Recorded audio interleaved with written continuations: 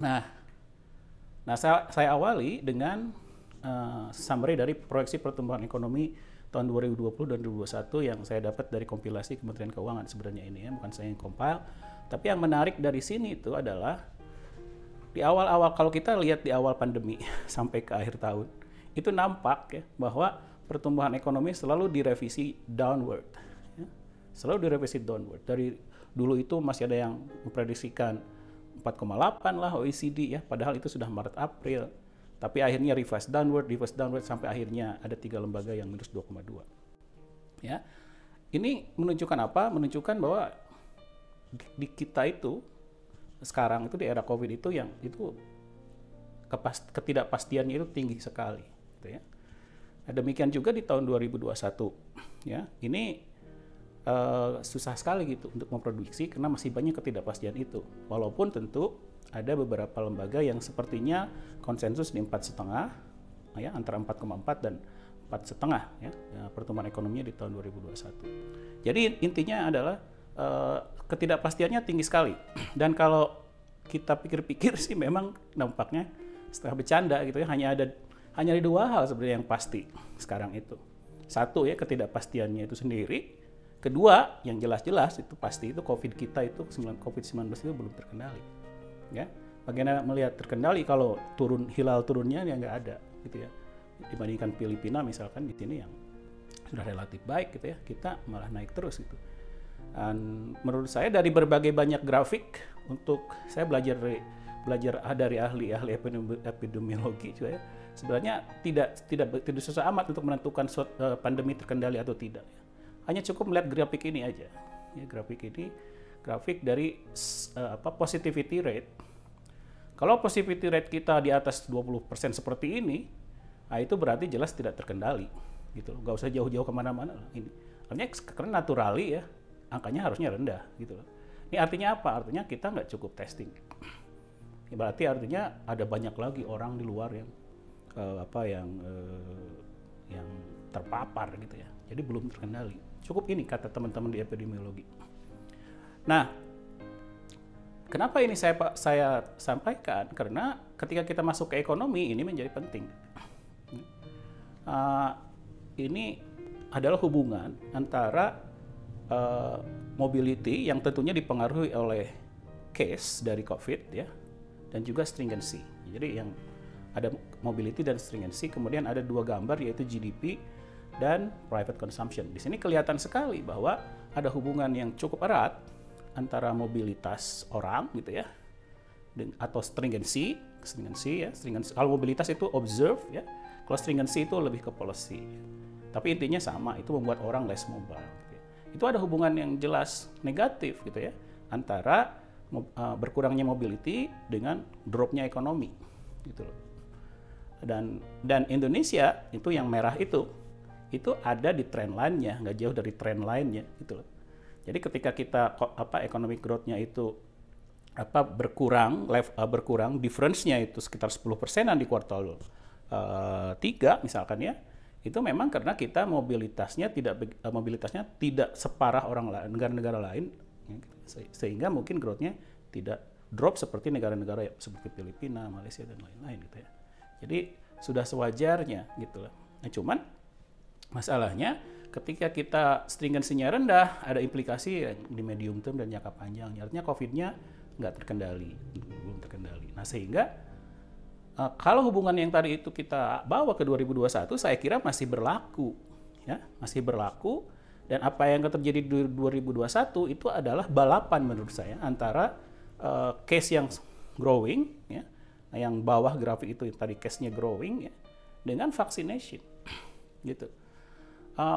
Yang jelas vaksinasi itu butuh waktu untuk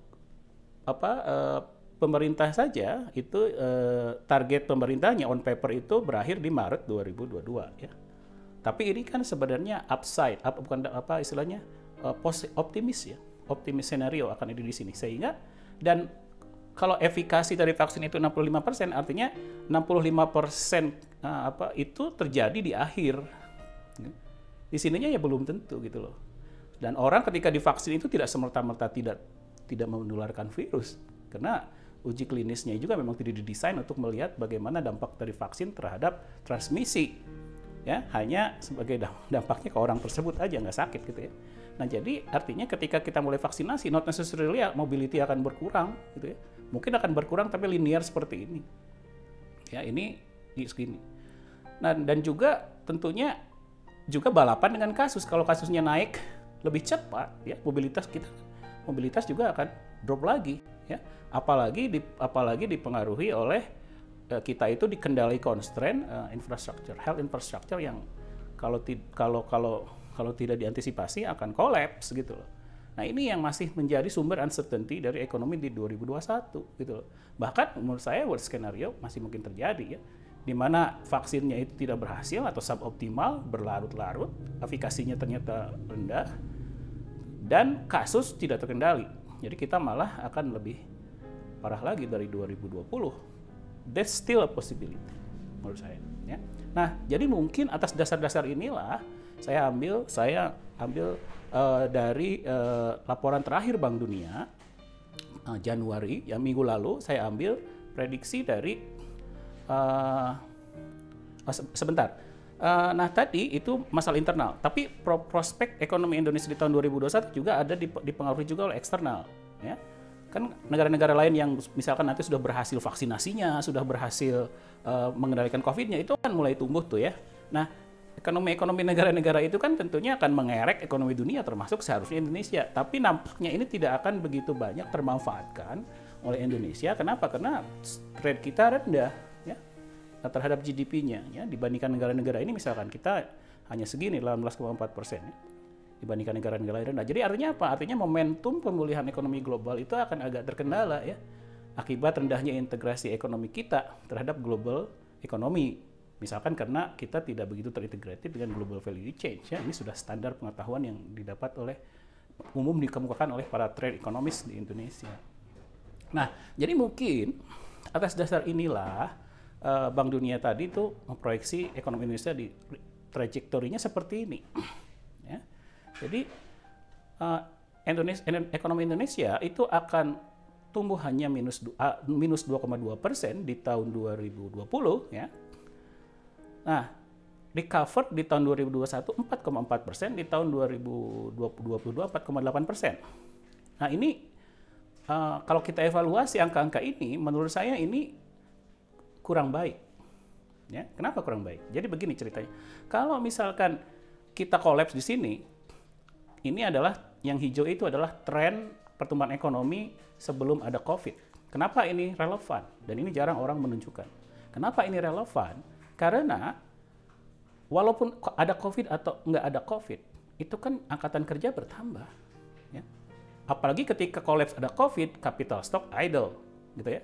Nah, ketika angkatan kerja bertambah, kemudian capital stock idle, kalau kita growth-nya hanya 4,4%, maka akan ada akumulasi tenaga kerja yang tidak terserap, ada akumulasi mungkin capital stock yang juga tidak terserap, gitu loh.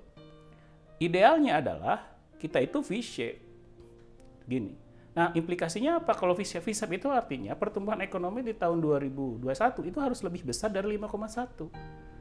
Demikian juga pertumbuhan ekonomi di 4,8%. Kalau ini tidak terjadi, maka apa implikasinya? Implikasinya akan ada bukan hanya pengangguran iya, tapi selain pengangguran juga ada penurunan kualitas pekerjaan. Kenapa? Karena orang Indonesia itu cannot afford to be unemployed. Kalau di negara maju, boleh unemployed karena masih dibayar di pemerintah.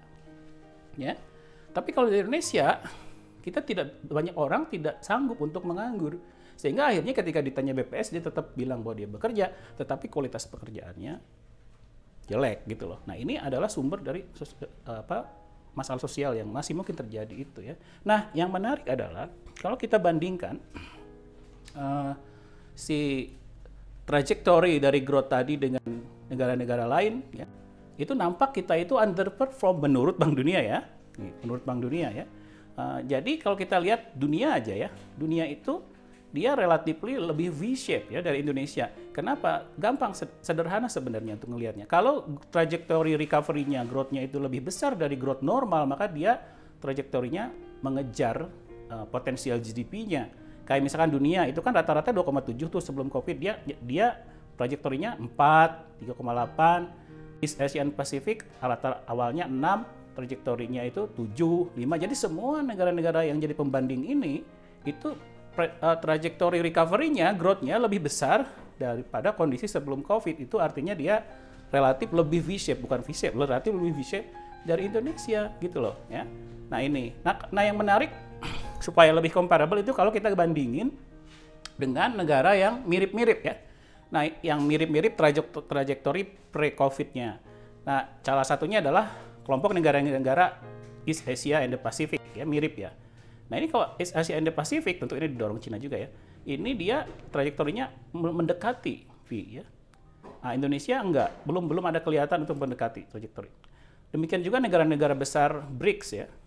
Dia itu relatif lebih baik daripada Indonesia growth trajektorinya. Nah, jadi kita itu menurut saya masih belum optimum. Indonesian ekonomi masih dilihat belum bisa untuk melakukan pemulihan ekonomi yang bisa menyerap lagi sumber daya baik itu tenaga kerja maupun kapital yang tidak terserap akibat adanya COVID. Gitu loh. Nah ini tentunya akan menyisakan berbagai masalah lain gitu ya. Itu maksudnya. Nah mungkin kalau di literatur tentang COVID itu ada istilah baru ya, namanya itu scaring. Scaring itu ternyata setelah dilakukan penelitian oleh IMF itu ketika output itu berkurang akibat containment lockdown 12% ya, itu ketika lockdownnya dibuka itu hanya 6% baliknya. Itu scaring artinya. Nah, saya khawatir Indonesia mengalami hal serupa. Ya, dan ini agak mengkhawatirkan. Kenapa? Karena di Indonesia itu dampak employment dari COVID ini itu besar sekali. Ya, besar sekali. Mungkin dari segi tambahan pengangguran, ya, kelihatannya hanya 2,7 juta. Ya. Tetapi, ya, itu hanya permukaan saja dari begitu masifnya dampak kesejahteraan dari COVID. Kenapa? Karena kalau kita lihat, kita mengalami apa yang saya istilahkan sebagai structural transformation reversal. Jadi ada 3,6 juta orang masuk ke agriculture, kembali ke desa, atau ini di urbanization. Ini terjadi juga di krisis 98. Ini artinya mereka rela tentu punya gaji yang lebih kecil ya, dibandingkan ketika dia bekerja di non-sektor pertanian. Cuman mungkin sekarang tambahannya ada lagi yang masuk ke sektor ini nih, wholesale retail trade. Teman-teman bayangin angka ini ya, 2,7 juta, 3 juta lah, tambah 4, tambah 5, ya kira-kira mungkin 5 atau 6 juta orang ini yang ini berkurang penghasilannya, kalikan 4 orang anggota keluarga yang ditanggungnya. Nah itu juga berarti potensi kemiskinan dan penyengsaraan yang baru. Nah ini kita juga mengalami informalization atau deformalization. Ya. Jadi ini adalah pekerja formal di pabrik-pabrik ya, di perkotaan gitu ya. Nah ini berkurang 5,6 juta orang selain yang menganggur ya. Dan dia pindah kemana? Pindah ke sini. Kelompok ini 3,6 juta orang ini adalah kelompok pekerja yang datang ke keluarganya, mungkin ke desa sebagian besar, ngetok pintu familinya, Mang, Bibi, punten, abdi tegaduh pekerjaan, abdi kenging diam di rumah untuk minta makan aja lah. Nah itu, yang seperti itu sekarang ada 3,6 juta. Jadi mereka unpaid contributing family worker, bayangin. Mungkin hanya minta makan aja. Jadi sebenarnya kalau kita hanya berfokus ke 2,7 juta pengangguran, itu tidak merefleksikan kesengsaraan sebenarnya yang diakibatkan oleh COVID ini. Nah, kalau saya hitung-hitung ya, saya menghitung employment growth elasticity selama 10 tahun terakhir itu 0,3. Artinya setiap 1% economic growth itu kita mengenerate 0,3% employment. Ya, nah kalau kita turun ini adalah employment yang trajektori dari employment kalau 2019 100 yang terjadi di masa COVID dan di periode recovery. Nah ini adalah angka labor force growth yang 1,7%, bayangin. Jadi ini masih jauh gapnya. Yang sebenarnya gap ini tidak akan ada kalau tidak ada COVID. Artinya apa? Artinya sepanjang 2020-2021 kita akan mendapat ancaman problem-problem sosial yang serius gitu. Kalau kita lihat trajektori seperti ini. Nah, Dan yang menarik dari COVID itu adalah ini Indonesia itu menunjukkan begitu rentannya masyarakat Indonesia. Ya. Rentan itu artinya bukan hanya kemiskinan, tapi juga kerentanan. Kenapa? Karena di bulan Maret gitu ya. Di bulan Maret itu COVID itu baru pemanasan dan disurvei oleh BPS itu hanya sampai tanggal 20 Maret gitu loh. Jadi belum PSBB aja belum. Baru istilahnya tuh imbauan, anjuran untuk WFH dan lain-lain, itu kemiskinan di perkotaan ya, itu sudah tiba-tiba kembali ke level 2,5 tahun lalu. Gitu, bayangin. Nah, ini menunjukkan hal yang sangat mencemaskan gitu ya. Karena sedikit aja kita kolapsnya banyak gitu ya. Nah, ini dan juga ketimpangan juga kita menunjukkan ada tanda-tanda yang meningkat juga ya. Karena berbeda dengan krisis tahun 98 di mana ketimpangan itu drop karena yang rugi itu kan yang lebih rugi gitu ya. Semua rugi krisis 98. Cuma yang lebih rugi itu kan yang punya dolar dan lain-lain ya. Sementara yang orang-orang yang agriculture-nya masih besar. Jadi ketimpangan itu menurun drastis di tahun 98 ya. Kalau kita sekarang sebaliknya gitu ya, karena kondisi kita itu agak berbeda ya dibandingkan 98 krisisnya. Ini akan meningkatkan ketimpangan dan ini kenapa? Nah, ini kalau boleh saya sampaikan, ini menurut saya itu karena COVID-19 itu bisa jadi itu istilahnya the perfect storm untuk ekonomi Indonesia. Kenapa? Karena ada selama tren dekade terakhir ini ada beberapa hal ya, yang menurut saya menjadi milestone yang membuat kita itu sekarang the perfect storm. Pertama, kita itu dibanding dulu itu udah urbanized. 56% urban, ada urbanisasi. COVID hit urban heavily. Bang, urban area hit. Bener-bener hit urban secara fisik di kota. Gitu. Sementara 56% kita udah urban. Terus kita sedang mengalami stall industrialization yang ada kaitannya dengan tertiarization. Jadi pekerja di Indonesia yang di perkotaan ini nih, sebagian besar bekerja di sektor jasa yang produktivitasnya rendah gitu loh. Ya, jadi mereka bikin coffee shop, tapi bukan kayak Starbucks, tapi yang pakai sepeda keliling. Nah ini terhiasan seperti ini. Jadi dan mereka umumnya memerlukan aktivitas ekonomi yang ada tatap muka gitu loh, ya dagang gitu dan lain-lain. Nah sehingga ketika ada COVID crisis, mereka nggak punya pekerjaan. Mereka itu semua itu upahnya harian. Kalau harian kata pemerintah WFH bubar itu 1 hari nggak makan, gitu loh. Nah ini ya. Terus dan dalam periode yang sama itu juga terjadi labor formalization yang stagnan. Dan menurut saya titik kulminasinya salah satu simptom dari semua itu rising inequality.